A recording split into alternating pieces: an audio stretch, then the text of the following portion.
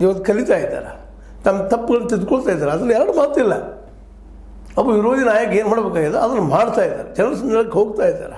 ಪಾದಯಾತ್ರೆ ಮಾಡಿದ್ರೆ ಇಡೀ ದೇಶವನ್ನು, ಬಸ್ ಯಾತ್ರೆ ಮಾಡಿದ್ರೆ ಇಡೀ ದೇಶವನ್ನು, ಇದನ್ನೆಲ್ಲ ನಾವು ಮರೀಲಿಕ್ಕೆ ಆಗೋದಿಲ್ಲ. ಒಳ್ಳೆಯ ಸಾಹಸ ಅದೆಲ್ಲ. ಒಬ್ಬ ನಾಯಕ ತಯಾರು ಹೆಂಗೆ ಆಗಬೇಕು ಅನ್ನೋದು ಇವತ್ತು ರಾಹುಲ್ ಗಾಂಧಿ ಒಬ್ಬ ದೊಡ್ಡ ಸಾಕ್ಷಿ.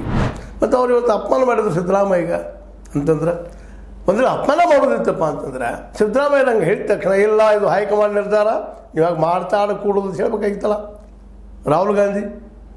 ಡಿ ಕೆ ಶಿವರಾವ್ ಮಾಡ್ತೀವಿ ಅಂತ ಅನ್ಬೇಕಾಗಿತ್ತಲ್ಲ ರಾಹುಲ್ ಗಾಂಧಿ. ಅದನ್ನಿಲ್ಲ, ಅವರು ಮೌನ ಆಗಿದ್ದಾರೆ. ಅದನ್ನು ಸರಿಯಾದ ಟೈಮಿಗೆ ಅದು ಕಾದಾಗ ಹೊಡೆದ್ಬಿಟ್ರು. ಅದಕ್ಕೆ ನಮ್ಮ ಸುರ್ಜೇವಾಲಾ ಅವರು ಜನರಿಗೆ ಹೇಳ್ಬೇಕಲ್ರಿ, ಮೌನ ಆಗಿದ್ರೆ ಗೊತ್ತಾಗೋದು ಜನಕ್ಕೆ. ಅದಕ್ಕೆ ಖರೀ ಇರ್ಬೇಕ್ರಿ, ಅಪ್ಪನ ಮಾಡಿರೋದು ಭಾಳ ಜನ ತಿಳ್ಕೊಳ್ತಾರೆ.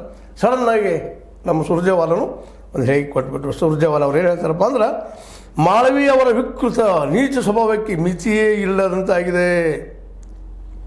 ಕರ್ನಾಟಕದಲ್ಲಿ BJP ರಾಜ್ಯಗಳ ಅಧ್ಯಕ್ಷರನ್ನು ನಿರ್ಧರಿಸಲಾಗದೆ BJP ಸಹೋದರರ ನಡುವಿನ ಹತ್ಯಾ ಯುದ್ಧದಿಂದ ನುಣುಚಿಕೊಳ್ಳಲು ಮಾಳವಿ ಅವರು ರಾಹುಲ್ ಗಾಂಧಿ ಅವರ ಬಗ್ಗೆ ಟೀಕಿಸಿ ವಿಕೃತಿ ಮೆರೆದಿದ್ದಾರೆ. ಎಂದ್ರಾಗಳು ಆಗಿದಪ್ಪ ಕರ್ನಾಟಕದಲ್ಲಿ, ಅದನ್ನ ಹೇಳ್ಕೊಳ್ರಿ. ಅದೆಲ್ಲ ಬಿಟ್ಟು ಇಲ್ಲಿ ಅಪಮಾನ ಮಾಡಿದ್ರು, ಹಾಗೆ ಹುಳಿ ಹಿಡ್ತಾ ಇದ್ದೀರಿ, ಇದು ನೀಚ ಸ್ವಭಾವ ಅಂತೇಳಿ ಆರೋಪ ಮಾಡ್ತಾರೆ ಸುರ್ಜೇವಾಲಾ ಅವರು. ಅವ್ರು ಎಷ್ಟು ತೀವ್ರವಾಗಿ ಆರೋಪ ಮಾಡಿದ್ರು, ಇವರು ಅಷ್ಟು ತೀವ್ರವಾಗಿ ಪ್ರತಿ ಆರೋಪ ಮಾಡಿದ್ರು ಮೇಲೆ. ಇಬ್ಬರು ಆರೋಪ ಪ್ರತ್ಯಾರೋಪ. ಇದರಿಂದ ಯಾರಿಗೂ ಲಾಭ? ಯಾರಿಗೂ ಇಲ್ಲ. ನಮ್ಮಂತ ನೋಡೋರಿಗೆ ಕೇಳೋರಿಗೆ ಲಾಭ ಇದಷ್ಟೇ. ಇದರಿಂದ ಏನಪ್ಪ ಲಾಭ ಆಗ್ತದೆ? ಒಳ್ಳೆಯದು ರಿಸಲ್ಟ್ ಬರ್ತದೆ, ನಮ್ಮಲ್ಲಿ ಬಡತನ ಹೋಗಿಬಿಡ್ತದೆ, ರೈತರಿಗೆಲ್ಲ ದೊಡ್ಡ ಬೆಲೆ ಸಿಗ್ತದೆ. ಏನೂ ಇಲ್ಲ, ಇದರಿಂದ ಏನೂ ಆಗೋದಿಲ್ಲ. ಸುಮ್ಮನೆ ಚರ್ಚೆ, ಒಬ್ರಿಗೊಬ್ರು ಅಡಿ ಎರ್ಚಾಡೋದು. ಸುರ್ಜೇವಾಲಾರ ಮಾತೂ ಅಷ್ಟ, ನಮ್ಮ ಅಮಿತ್ ಮಾಳವಿಯ ಮಾತು ಅಷ್ಟ. ಯಾಕೆಂದರೆ ಕಾಂಗ್ರೆಸ್ ಸರ್ಕಾರ ಬಿದ್ದು ಹೋಗ್ತದೆ, BJP ಬರ್ತದೆ, ಸಹಜದ.